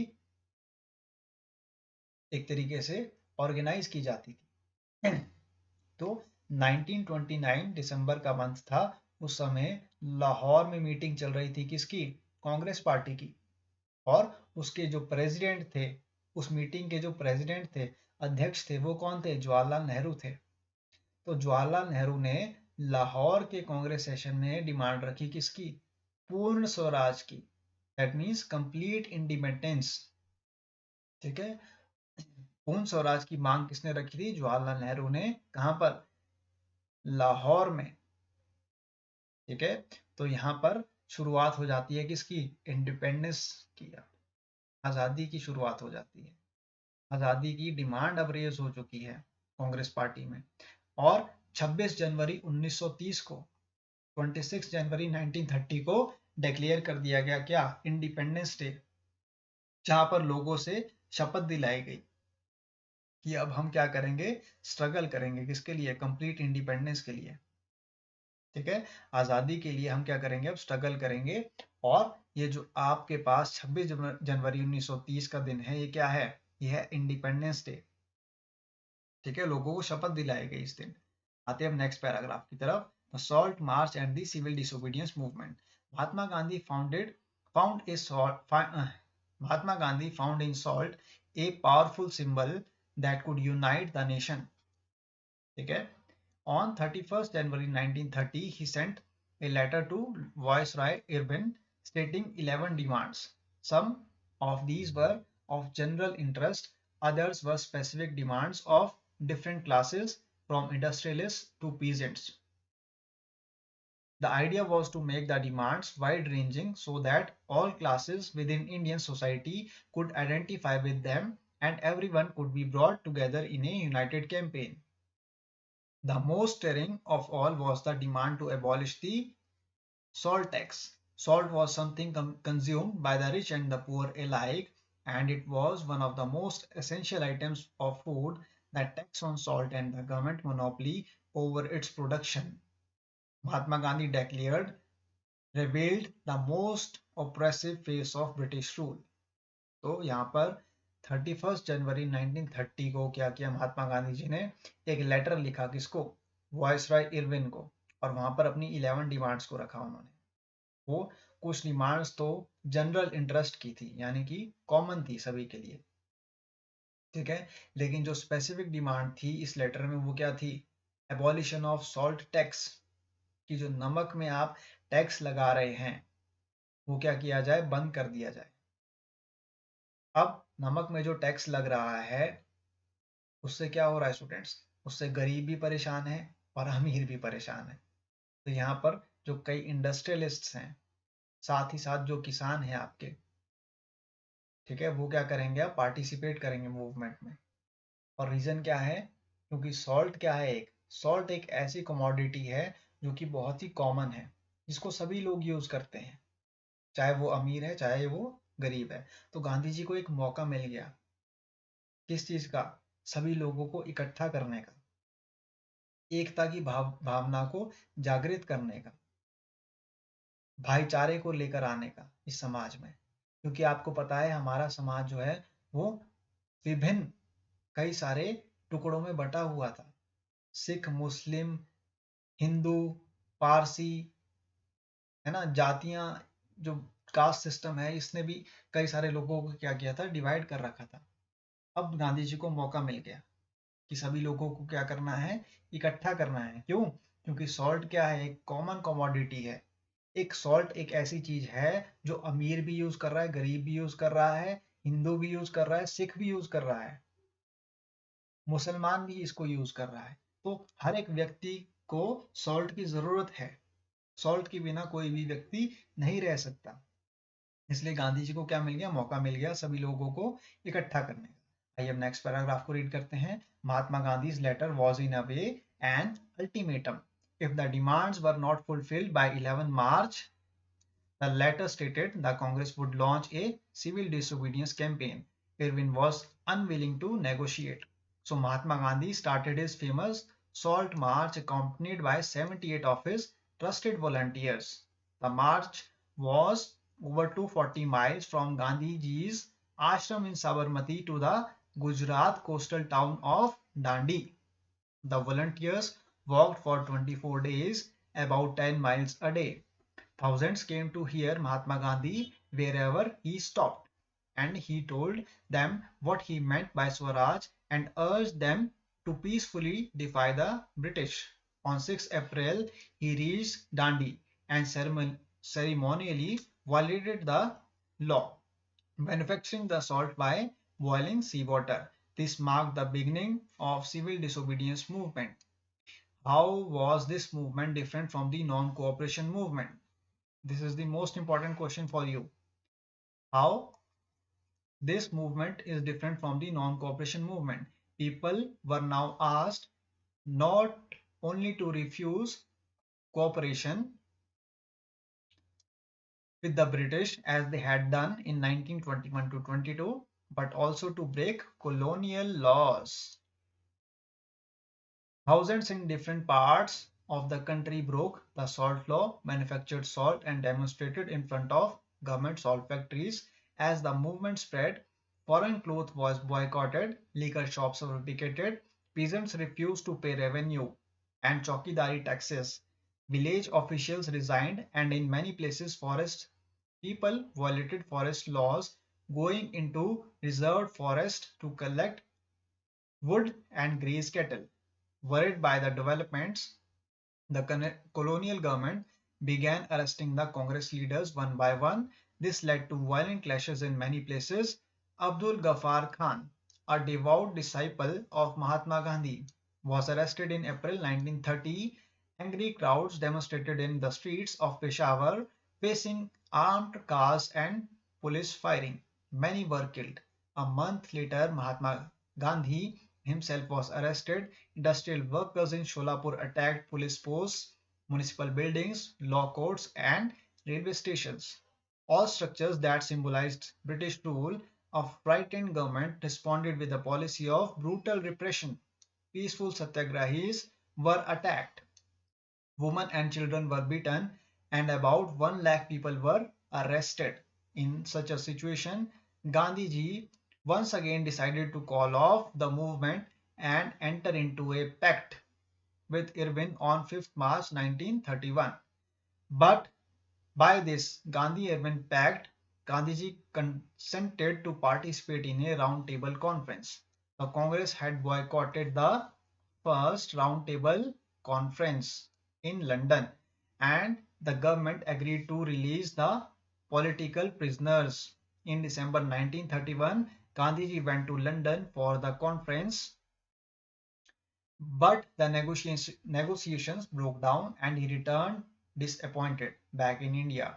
He discovered that the government had begun a new cycle of repression. Ghaffar Khan and Jawaharlal Nehru were both in jail. The Congress had been declared illegal, and a series of measures had been imposed to prevent meetings, demonstrations, and boycotts. With great apprehension, Mahatma Gandhi relaunched the civil disobedience movement. For over a year, the movement continued, but by 1934 it lost its momentum. ठीक है, अब गांधी जी ने क्या किया? गांधी जी ने शुरू कर दिया आपका सॉल्ट मार्च। ठीक है, गांधी जी ने शुरू कर दिया आपका सॉल्ट मार्च, जिसको हम कहते हैं सॉल्ट सत्याग्रह। और इस सॉल्ट सत्याग्रह में उन्होंने क्या किया? सबसे पहले लोगों को इकट्ठा किया और अपने वॉलंटियर्स, जो कि 78 थे, जिनका नंबर क्या था, 78 वॉलंटियर्स थे, उनको साथ में लिया और शुरू कर दी गांधी जी ने अपनी यात्रा। कहाँ से? साबरमती आश्रम से, जो कि है गुजरात में। गुजरात में गांधी जी का कौन सा आश्रम है? साबरमती आश्रम। यहाँ से उन्होंने शुरू की अपनी सॉल्ट सत्याग्रह की क्या मूवमेंट, और वो पैदल निकल पड़े गुजरात के कोस्टल टाउन दांडी की तरफ। 240 माइल्स का ये डिस्टेंस था साबरमती आश्रम से दांडी टाउन की तरफ, जो कि उन्होंने 24 डेज में कंप्लीट किया। और वो हर दिन 10 माइल्स का क्या कर रहे थे? डिस्टेंस कवर कर रहे थे। अब 6 अप्रैल को ये दांडी की जो यात्रा थी वो कंप्लीट हो गई। गांधी जी ने मैन्युफैक्चर कर लिया सॉल्ट को, कहाँ पर? दांडी टाउन में, कोस्टल एरिया में। और बताया अंग्रेजों को कि कैसे हम नमक को आपकी फैक्ट्रीज के बिना क्या कर सकते हैं? मैन्युफैक्चर कर सकते हैं, यानी कि तैयार कर सकते हैं। हमें ज़रूरत नहीं है आपके नमक की जो आप तैयार कर रहे हैं फैक्ट्रीज में, और हमें बेच रहे हैं किसमें? कई गुना ज़्यादा दाम में। ठीक है, सॉल्ट जो है एक बेसिक नीड है ह्यूमन बॉडी की। ठीक है, ये हर एक पर्सन यूज कर रहा है, और इसमें आप क्या कर रहे हैं? बहुत ज्यादा टैक्स लगा रहे हैं। इस टैक्स को कम करिए। लॉर्ड इरविन ने इनकी बात मानी नहीं। अब गांधी जी ने खुद क्या किया? सॉल्ट को तैयार कर लिया कोस्टल टाउन में जाकर। क्योंकि नमक क्या होता है आपका? नमक कहाँ पर मिलता है? नमक आपका पाया जाता है समुद्र में, समुद्र के किनारे पर। कोस्टल टाउन क्या है आपका? दांडी। और दांडी जो है आपका एक समुद्र तट का क्या है? किनारा है। और समुद्र के किनारे नमक भारी मात्रा में पाया जाता है। तो गांधी जी को मौका मिल गया नमक तैयार करने का। कहाँ पर? दांडी जैसे सिटी टाउन में। और यहाँ पर लोगों को अब क्या मिल गया? एक मौका, कि अब हम क्या करेंगे? जो अंग्रेजों का बनाया हुआ नमक है उसको यूज नहीं करेंगे, अब हम खुद से ही तैयार करेंगे नमक को, और इस नमक को हम यूज करेंगे अब। ठीक है, साथ ही साथ इस मूवमेंट के बाद क्या हुआ? लोगों में दोबारा से एक मोटिवेशन आ गया। उन्होंने क्या किया? दोबारा से अपने जो प्रीवियस मूवमेंट्स थे, जिसको मैं हमने क्या कहा था? पीजेंट एंड ट्राइबल मूवमेंट, वो दोबारा से शुरू कर दिए लोगों ने।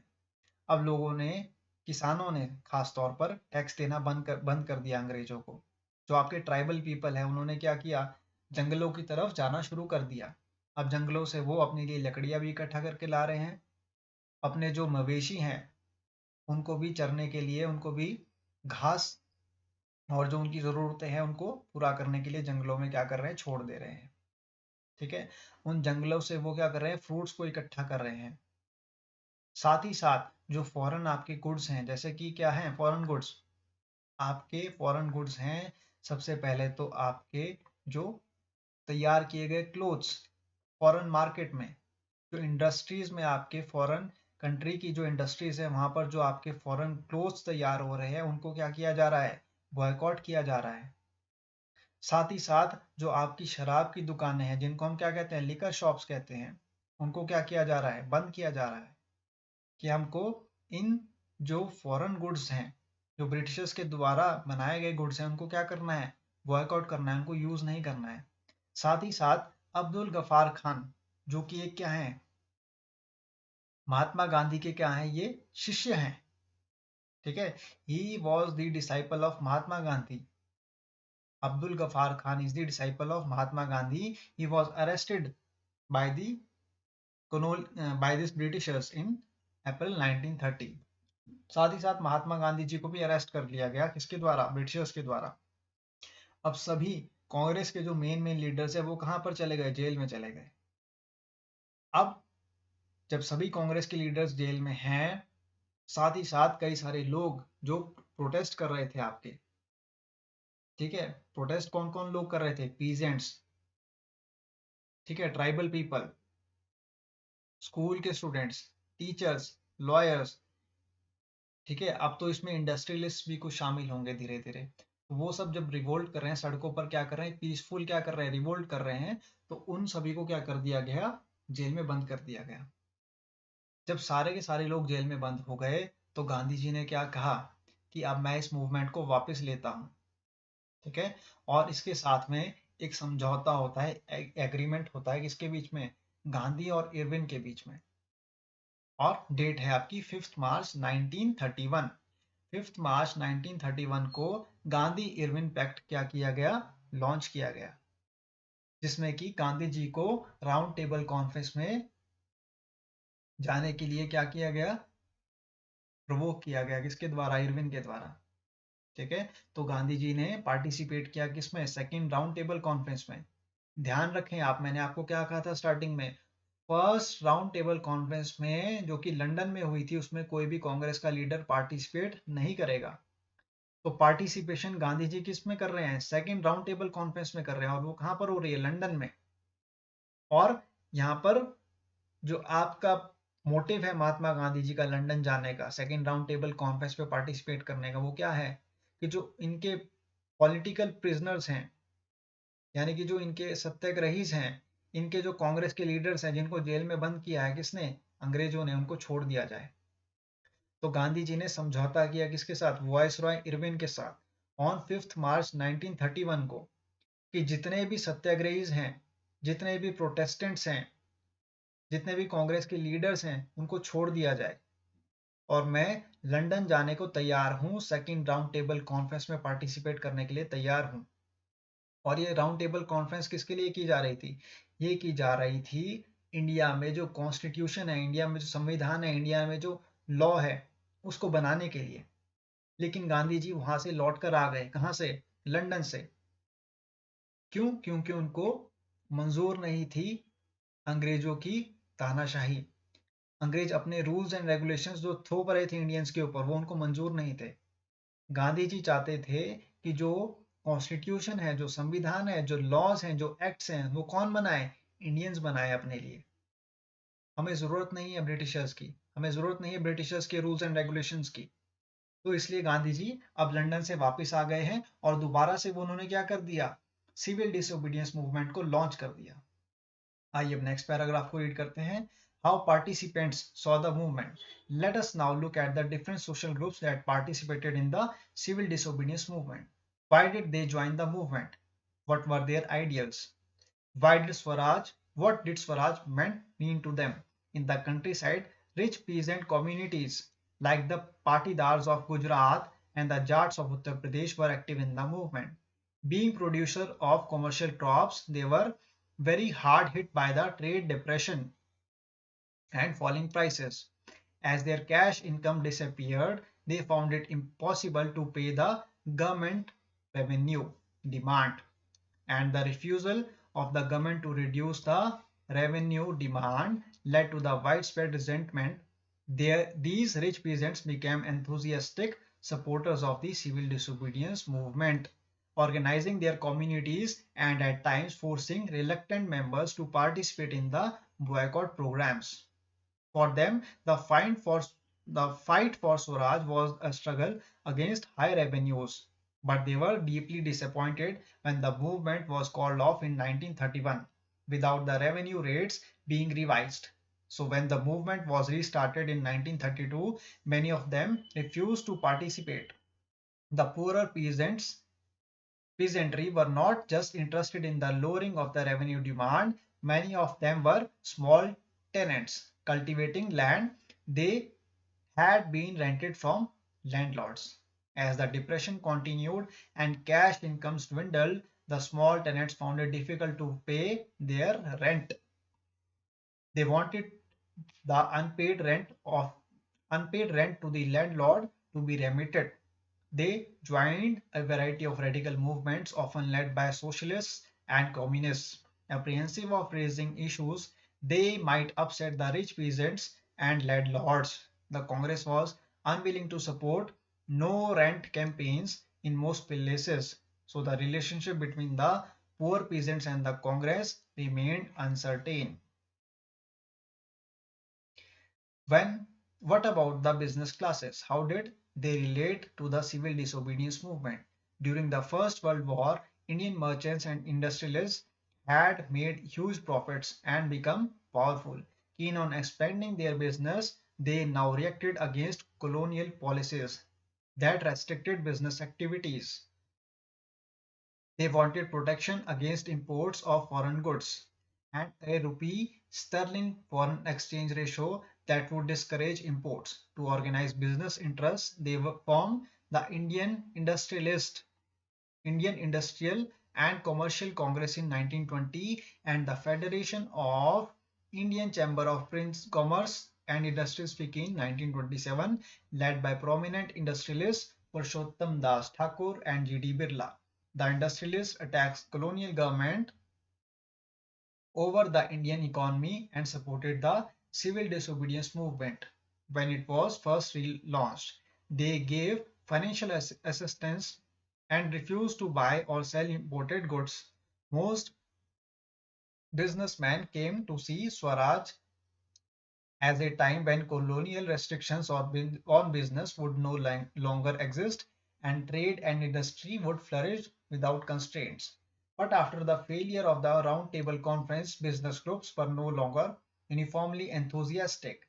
They were apprehensive of the spread of militant activities and worried about prolonged disruption of business as well as the growing influence of socialism amongst the younger members of the Congress. The industrial workers classes did not participate in the civil disobedience movement in large numbers except in Nagpur region. As the industrialists came closer to the Congress, workers stayed aloof. But in spite of that, some workers did participate in the civil disobedience movement, selectively adopting some of the ideals of the Gandhian program, like boycott of foreign goods as part of their own movements against low wages and poor working conditions.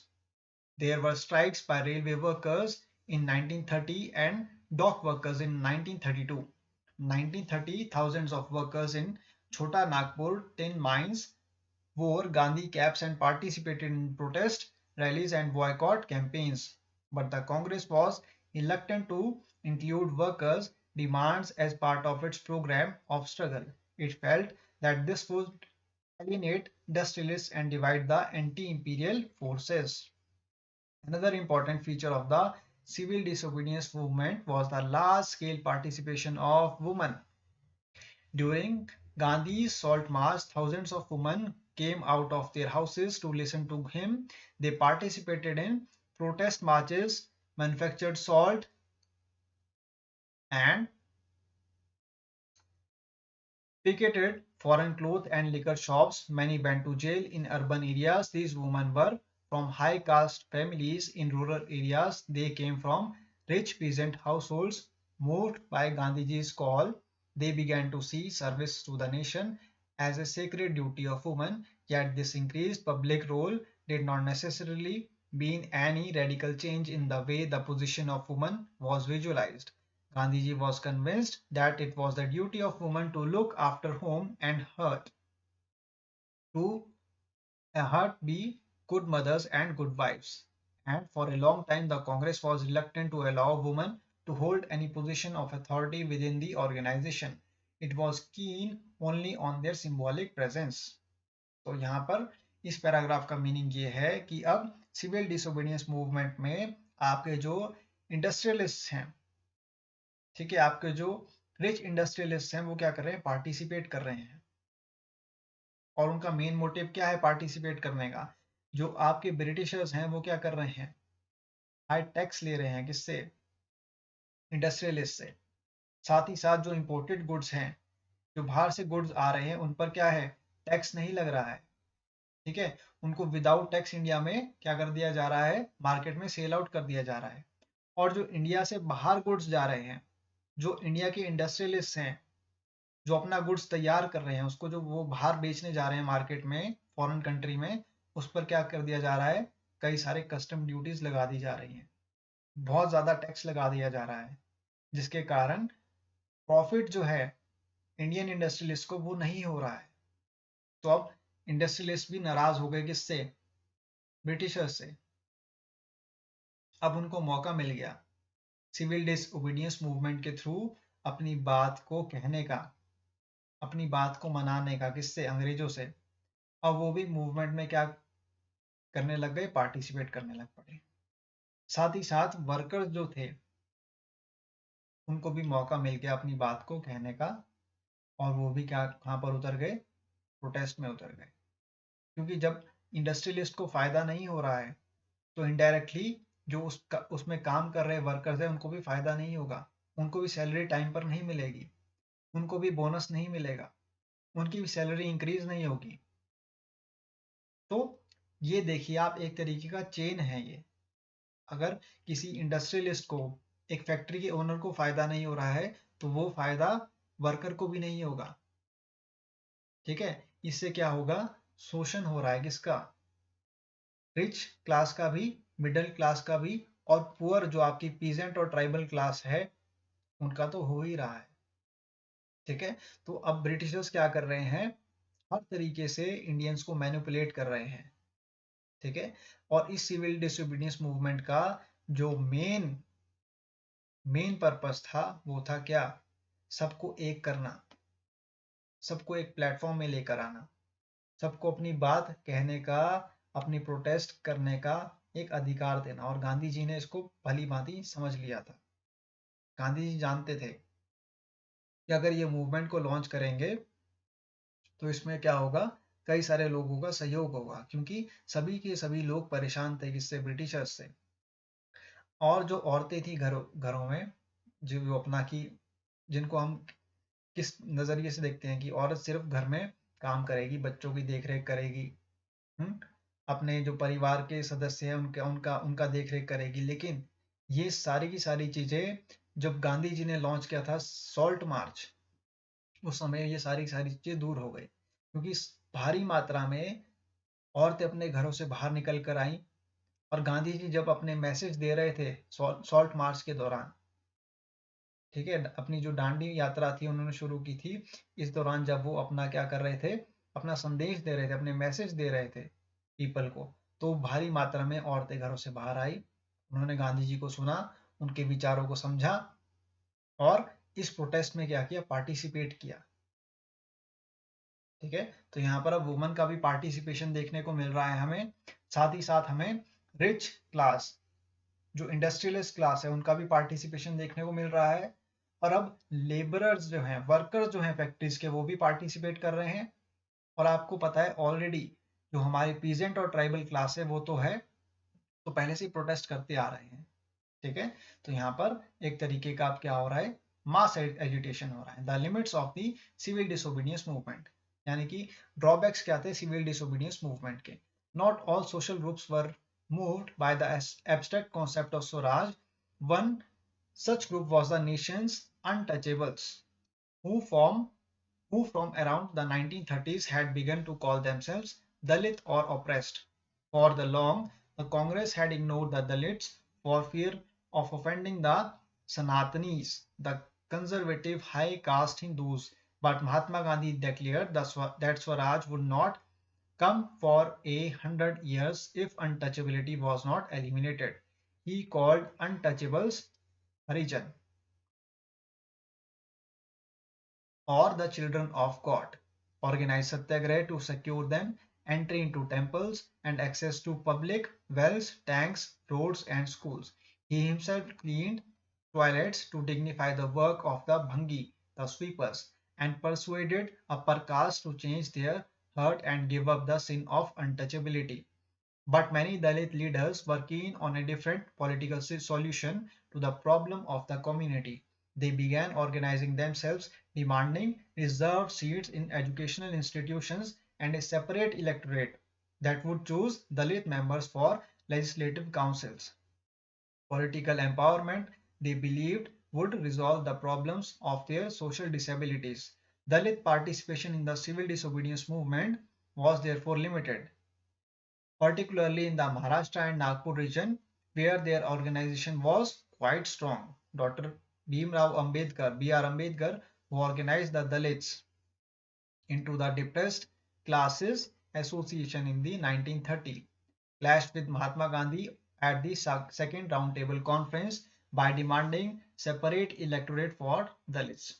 When the British government conceded Ambedkar's demand, Gandhiji began a fast unto death.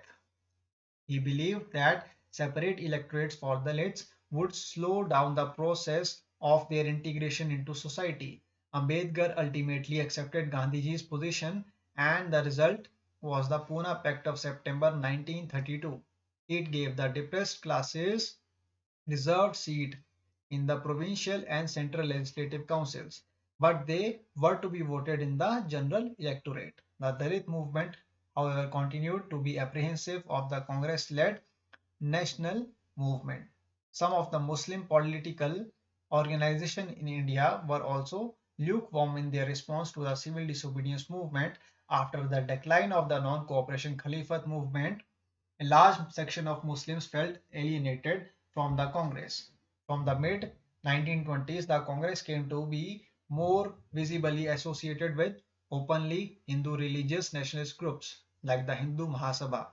As relations between Hindus and Muslims worsened, each community organized religious processions with militant fervor, provoking Hindu-Muslim communal clashes and riots in various cities. Every riot deepened the distance between the two communities. The Congress and the Muslim League made efforts to renegotiate an alliance, and in 1927 it appeared that such a unity could be forged. The important differences were over the question of representation in the future assemblies that were to be elected. Muhammad Ali Jinnah came one of the leaders of the Muslim League and was willing to give up the demand for separate electorates if the Muslims were assured rights in the Central Legislative Assembly and representation in proportion to population in the Muslim dominated provinces. Negotiations over the questions of representation continued, but all hope of resolving the issue at all the parties conference in 1928 disappeared when M.R. Jayakar of the Hindu Mahasabha strongly opposed efforts at compromise.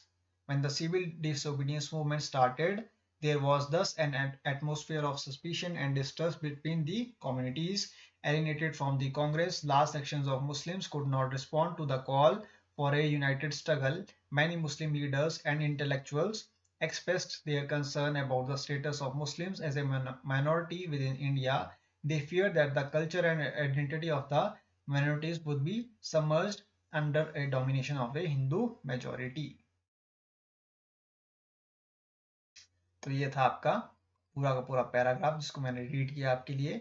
ये आपसे एक message दे रहा है आपको, देखिए यहाँ से, ठीक है, ये यहाँ से था, देखिए, यस, लिमिटेशंस क्या थी आपकी सिविल डिसोबीडियंस मूवमेंट की।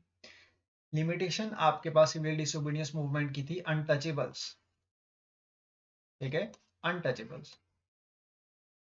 अब क्या हो रहा है स्टूडेंट्स कि जो आपके पास दलित और ऑप्रेस्ड क्लास की सोसाइटी है वो क्या कर रही थी, कोई सिविल डिसोबीडियंस मूवमेंट में पार्टिसिपेट नहीं कर रही थी, और कांग्रेस को डर लग रहा था कि अगर ये लोग पार्टिसिपेट करेंगे तो जो आपके हाई क्लास हिंदूज हैं उनका जो पार्टिसिपेशन है, उनका जो सपोर्ट है इस मूवमेंट में वो कम हो जाएगा। इसी के चलते हुए गांधी जी ने क्या किया, अनटचेबल्स को कहा हरिजन। हरिजन का मीनिंग होता है हरि के जन, that means the people of God, ठीक है। ये कौन है, ये भगवान के, क्या है, भगवान के लोग हैं, ठीक है, हरि के जन है ये, ठीक है। अनटचेबल्स को उन्होंने क्या कहा, हरि के जन, यानी कि हरिजन।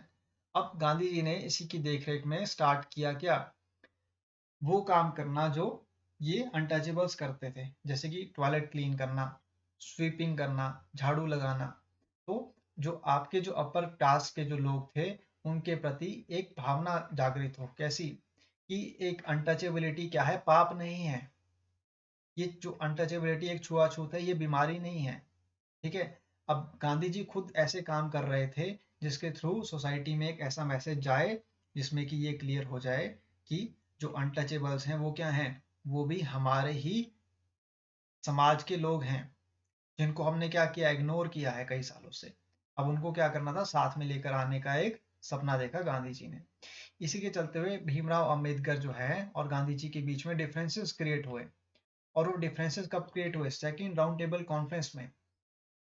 और भीमराव अंबेडकर जी ने शुरू किया डिप्रेस क्लासेस एसोसिएशन 1930 में, और डिमांड किया उन्होंने सेपरेट इलेक्टोरेट, किसके लिए, दलित्स के लिए।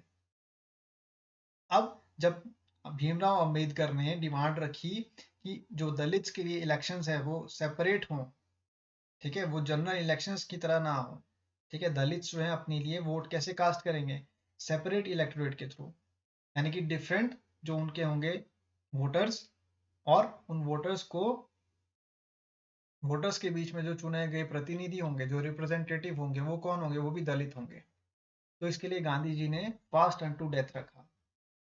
जब गांधी जी ने इसके लिए अपने लिए अनशन पर बैठ गए इस एक्ट के लिए, ठीक है, जो भीमराव अम्बेडकर लेकर आए थे अपनी डिमांड, उसके लिए जब गांधी जी ने क्या किया, अनशन रखा, तो गांधी जी और अम्बेडकर को साथ लाने के लिए पूना पैक्ट की एक डिमांड आई, और ये पूना पैक्ट साइन किया गया कब? सितंबर 1932 को। ठीक है। अब जो आपके डिप्रेस्ड क्लासेस थे, यानी कि अनटचेबल्स थे, उनके लिए क्या था, प्रोविंशियल और सेंट्रल लेजिस्लेटिव काउंसिल्स में क्या थी, रिजर्व थी सीट्स। लेकिन वो वोट कैसे करेंगे? जनरल इलेक्टोरेट की तरह। ठीक है, उनको सेपरेटली इलेक्ट नहीं करना पड़ेगा अपना रिप्रेजेंटेटिव, बस उनको क्या है, अपना प्रतिनिधि चुनने का मौका दिया जाएगा, उनको अपना रिप्रेजेंटेटिव चूज करने का मौका दिया जाएगा। लेकिन वो वोट वैसे करेंगे जैसे जनरल आम लोग करते हैं, वैसे ही। ठीक है। साथ ही साथ अब क्या हुआ स्टूडेंट्स की, मुस्लिम्स के बीच में भी एक भावना आ गई सेपरेट इलेक्टोरेट की। अब वहां पर मोहम्मद अली जिन्ना जी कहते हैं कि हमको भी क्या चाहिए, सेंट्रल लेजिस्लेटिव असेंबली में सेपरेट इलेक्टोरेट चाहिए, वो अपनी बात को कह सके ताकि असेंबली में। इसी के चलते हुए जो सिविल डिसोबीडियंस मूवमेंट थी वो कमजोर पड़ने लग पड़ी। ठीक है, क्योंकि कम्युनिटी में क्या हो गया, डिवीजन क्रिएट हो गया, इसके बीच में, डिफरेंट कास्ट के बीच में, डिफरेंट कम्युनिटीज के बीच में, सच एज मुस्लिम, हिंदू, सिख, ईसाई, अनटचेबल्स, ये सब अब क्या होने लगे, डिवाइड होने लगे। इससे कमजोर पड़ गया क्या, सिविल डिसोबीडियंस मूवमेंट। अब जो इसका नेक्स्ट पार्ट है वो हम देखेंगे नेक्स्ट वीडियो में। आई होप आपको ये अच्छे से समझ में आ गया होगा कॉन्सेप्ट नॉन कॉपरेशन और सिविल डिसोबीडियंस मूवमेंट का। अगर आपको मेरा ये लेक्चर पसंद आया स्टूडेंट्स, तो आप इसे शेयर करें अपने फ्रेंड्स के साथ, और मुझे फीडबैक दें कि मैं अपनी बात को आपको समझा पा रहा हूँ या फिर नहीं। ठीक है, मैं अच्छे से आपके कॉन्सेप्ट्स को क्लियर कर पा रहा हूँ या फिर नहीं। अगर आप इन कॉन्सेप्ट्स को आज समझ लेंगे तो आपको किसी भी एग्जामिनेशन में जरूरत नहीं पड़ेगी बुक को उठाने की, अगर आपने इन कॉन्सेप्ट्स को समझ लिया तो। ठीक है, आज के लिए इतना ही स्टूडेंट्स, अब मिलते हैं आपसे नेक्स्ट वीडियो में, तब तक के लिए थैंक यू।